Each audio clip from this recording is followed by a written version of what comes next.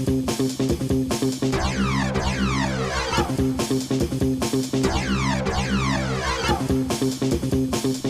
everybody, it's Johnny Two-Face here, back with another reaction video. This time I'm reacting to Carnage and Chaos, the infamous 1759 Battle of Kunersdorf by House of History. Now this is the latest episode in their Frederick the Great and 7 Year Wars series, and well, it's basically about Frederick the Great and Prussia. So again, it's the latest episode which we've been waiting for, and if you haven't seen my reactions to the other episodes in this series, I suggest you check them out before checking this one out. And the usual disclaimer when I react to anything historical, if I don't show so much what is considered a proper reaction, is excuse me, probably obvious I don't know much about the subject at hand, and if I do know anything, I'll most likely pause the video to give my input or ask any curious questions, which hopefully will be answered in the comments below. With that being said, the link to the original video will be in the description down below. Please go and subscribe to House of History, another great history channel here on YouTube. And yeah, with that being said, let's get this up on the screen and see what happens in this episode.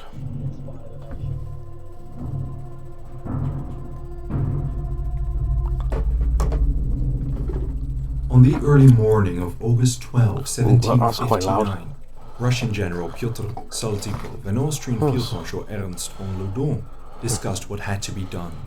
They knew the Prussian army was close to their position. They also knew they significantly outnumbered their enemy. But they did not Doesn't always mean you're going to win. Prussian King Frederick the Great and his entire army had spent the night trekking through the wetlands and woods.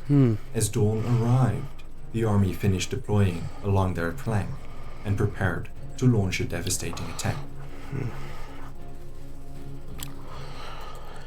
It does seem quite surprising how a lot of the time Frederick the Great with his forces seem to defy the odds most of the time. I'll probably butchered saying that, and I don't know if I pronounced the name of this battle properly, Kunersdorf. It'll probably tell me in the video, but still interesting to see. That looks beautiful, by the way. It'd be interesting to see if what Frederick the Great can pull off here, even if it does end up in a victory. Lords and ladies stood at the forefront of history written. These titles certainly speak to the imagination. Yeah. Historically, they were reserved for nobility. Well, what if I told you that you could become a lord or lady? Established Titles is a company which allows you to buy at least 1 square foot of dedicated land in Edelston, Scotland. Okay, feel free to check out their sponsor if you're interested.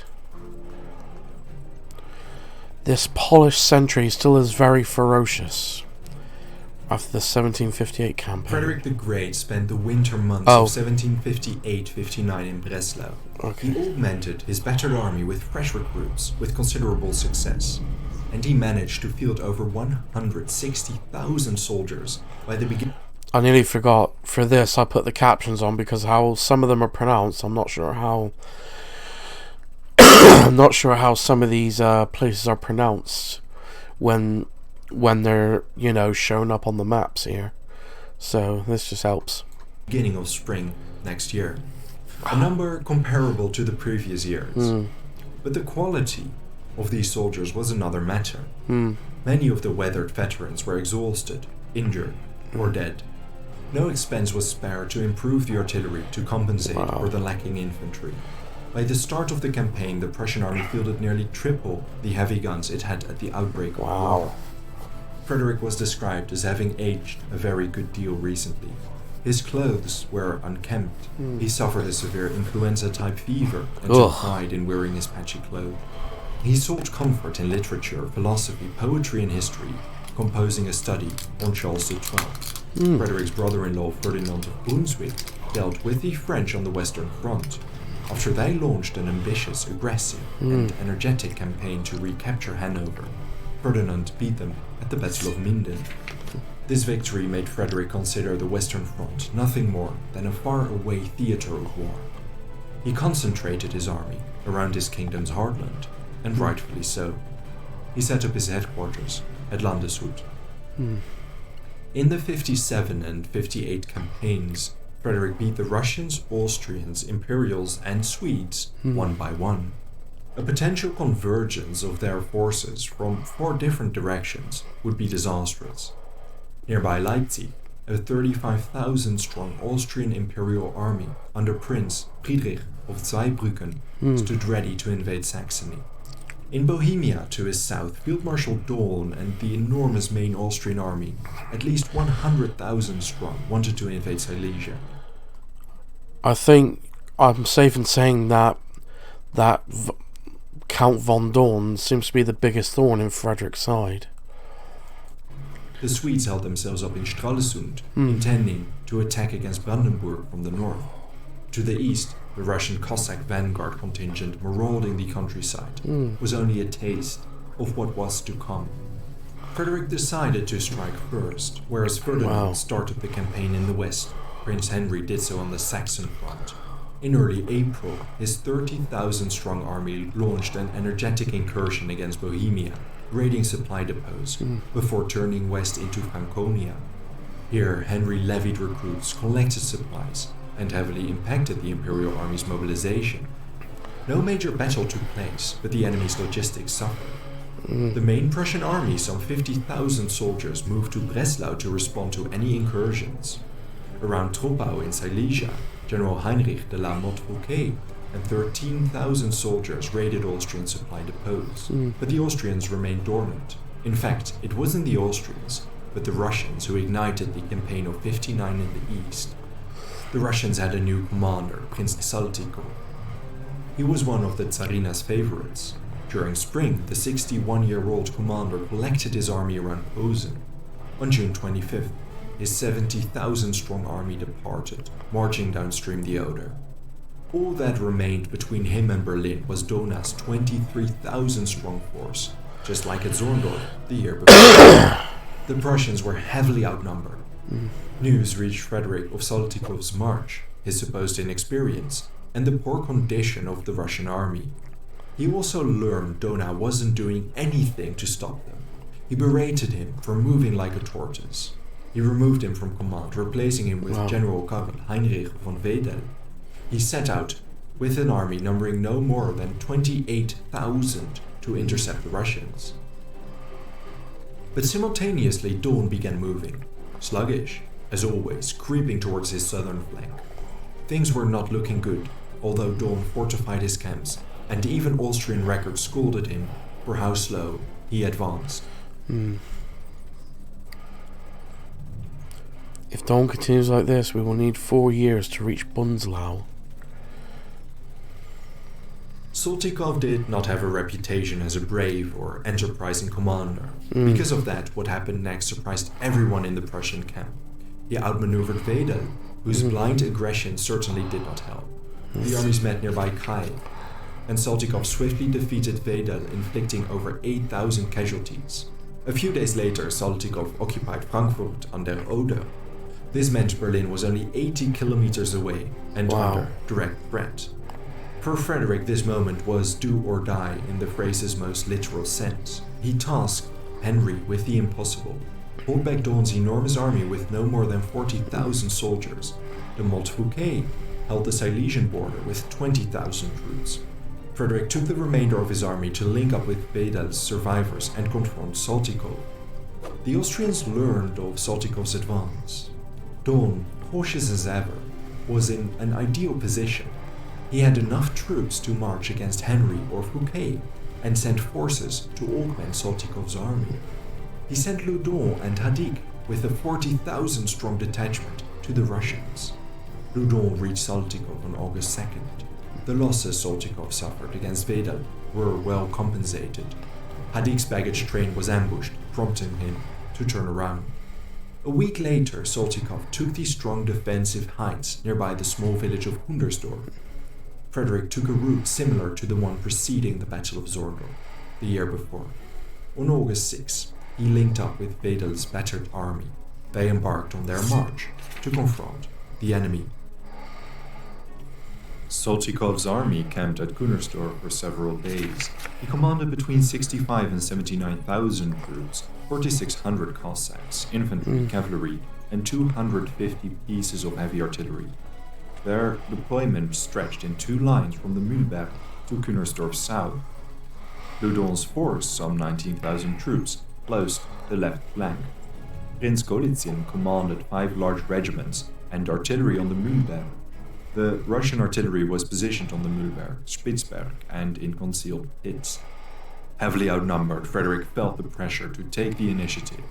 His scouts informed him Soltykov was deployed along a long ridge running southwest from Kunersdorf. The Prussian army numbered around 48,000 troops, 53 battalions of infantry, 59 cavalry squadrons, and 140 pieces of heavy artillery. On the evening of August 10, the Prussian army moved from Frankfurt. A pontoon bridge secured the crossing of the river. The Prussian army approached from the north, infantry in the front, cavalry to the rear. They had to cross wetlands and ponds to get to the Russians, but to avoid this, Frederick planned a march to the east, then turning south before turning west. The weather was sweltering. A strong corps under General Fink remained to the northwest, a diversion to keep the Russians occupied as Frederick launched the actual attack from the east. At dawn, Frederick emerged from the woods and finally saw the battlefield and Russian deployment. He realized he made 2 enormous calculation errors. First, if he were to attack from their east, the Russians would be in a solid position to repel his army. What he initially thought was the Russian rear was the Russian front. Secondly, elevations, marshes, and ponds defended this front line. So Frederick changed his plans. His new objective was to seize the Mühlberg and concentrate the main attack from there. The redeployment was messy and frustratingly slow, heavily impacted by miscommunication and the poor terrain. By 11 a.m., the Prussian artillery positioned itself on small elevations around the Mühlberg. Their goal was to repel the Russians, 5 large regiments from the hill, weaken the right flank, and then launch an attack. They opened fire, and a prolonged artillery duel ensued. The artillery duel lasted for an hour. The Prussians had the upper hand. Then 2 lines of 4 battalions each advanced forward against the Mühlberg. The 5 Russian regiments there suffered significant casualties. Soltykov understood the main attack was imminent. He redeployed his army using a small valley beyond the Mühlberg. This so-called Kugrun allowed him to concentrate his army with the right flank snugly protected by Kunersdorf and the left by the wetlands and hills. Frederick's misjudgment of the battle terrain and the Russian formations allowed Soltykov to adequately counter-maneuver. The Prussians seized the Mühlberg, suffering around 200 casualties. They pushed back no less than 12,000 soldiers stationed there, seizing 86 guns. Things were looking good. Frederick's generals urged him to take this as a victory and retreat. His army was exhausted, the heat was scorching, but the king pushed on. Frederick ordered his right wing to continue the march against Kunersdorf and ordered Fink's troops to charge and engage the enemy. By the time the artillery took its positions on the Mühlberg, Soltykov's army finished redeployment along the incredibly narrow valley and pasture, the Kugrun. Those who fled the Mühlberg now reinforced the main line. To try and give himself more space, Frederick ordered his center and his left to advance through Kunersdorf, all the while exposed to heavy artillery fire. Frederick's generals warned him to stop the attack, but he did not listen. The Prussian left flank, advancing towards Kunersdorf, ran into several units participating in the North Main attack. The barrage of fire and artillery made it nearly impossible to enter the Kugrun. Both sides were putting up the most bitter fight on the Kugrun, and this part of the field was covered with bodies. Our infantry had been marching through sand on a very hot day. They were tormented by thirst and could scarcely drag themselves along. On our side, it was always the same battalions which went into action, whereas the enemy kept bringing up fresh troops. Confusion set in as more Prussian soldiers entered the cluttered valley. Fink's battalions in the north fought with courage, but the Russian artillery numerical superiority kept them at bay. Russian artillery was ideally positioned to launch barrages against the Prussians cluttered in the valley. The space was too crowded for any serious cavalry engagement. Sure, there were some scattered, uncoordinated cavalry engagements to the south of the village, but due to the marshes and the ponds, the cavalry was unable to maneuver properly. Frederick ordered Seydlitz's dragoons and hussars to launch a charge to the west of the Kugrund. The combined Russo-Austrian dragoon counterattack sent them running. Their retreat allowed the enemy to circle behind the Prussian front lines. Any exhausted infantry sheltering against the Russian artillery now suffered a cavalry charge from the west. A counterattack by Seydlitz pushed them away, but artillery fire prevented him from following up his victory. 3 subsequent cavalry commanders, including Seydlitz, were wounded as the day progressed. General Puttkamer, one of Frederick's favorites, was slain. A final cavalry charge against the Großer Spitzberg led to the Prussian cavalry being subject to an enormous artillery and musket barrage. Loudon, commanding the Cossacks and Austrian cavalry, followed this up with a fierce charge. Prussian cavalry deteriorated and squadrons scattered. The infantry was in a miserable state. The close quarter combat and the constant barrages of fire caused mounting casualties. Soltykov kept feeding his battered army reinforcements. Finally, when they saw their cavalry flee, pursued by the Austrian cavalry, it was enough to break even the most disciplined soldier. An advance of the Russian infantry on the right flank and the Cossack regiments mowing down fleeing infantry cemented the defeat. Frederick desperately tried to rally his force, but to no avail. The Prussian retreat was anything but orderly. By the end of the day, there were no more than 3,000 surviving soldiers, who somewhat resembled a battle formation. The rest of his army scattered. The king retreated across the river, and throughout the night he heard shrieks of his soldiers slaughtered by roaming Cossacks. Prussia suffered over 6,000 dead soldiers and 11,000 wounded. Around 1,400 were taken prisoner, resulting in over 19,000 total casualties. That is around 40% of its entire force. He lost most guns, about 172, and 28 flags and standards. The Russians lost 14,000 men, about 2,600 were killed, 700 missing, and 11,000 wounded. The Austrians lost 500 killed, 1,500 wounded, and no more than 500 missing.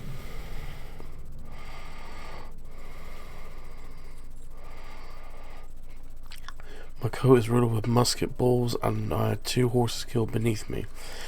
It is my misfortune to still be alive. I shall not survive this cruel turn of fortune. I shall not outlive the downfall of my fatherland. Farewell forever.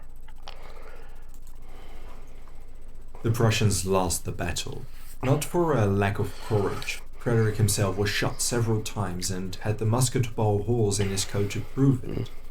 2 horses had been shot from under him, and multiple times Zieten's hussars narrowly saved him as Russian Cossacks charged against the king's entourage. Lanning states Frederick was more liable to a charge of reckless courage than cowardice. He describes Kunersdorf as Frederick's greatest military disaster. Objectively, it certainly was the worst defeat of the Prussian army in 3 years of warfare. Frederick considered the defeat to be in part caused by chance. Historians attribute the defeat to faulty intelligence and inadequate reconnaissance. Kunersdorf was a nail in the Prussian coffin. With a severely crushed and heavily battered Prussian army, there was nothing stopping General Soltykov from linking up with Daun and marching onto Berlin. Nothing could stop the complete, utter destruction of the Kingdom of Prussia. Or was there yet hope? Thank you so much for watching this video. And that'll do it. This has been another interesting video by House of History, and yeah, if you like this reaction, please like, comment and subscribe, and I'll see you in the next video.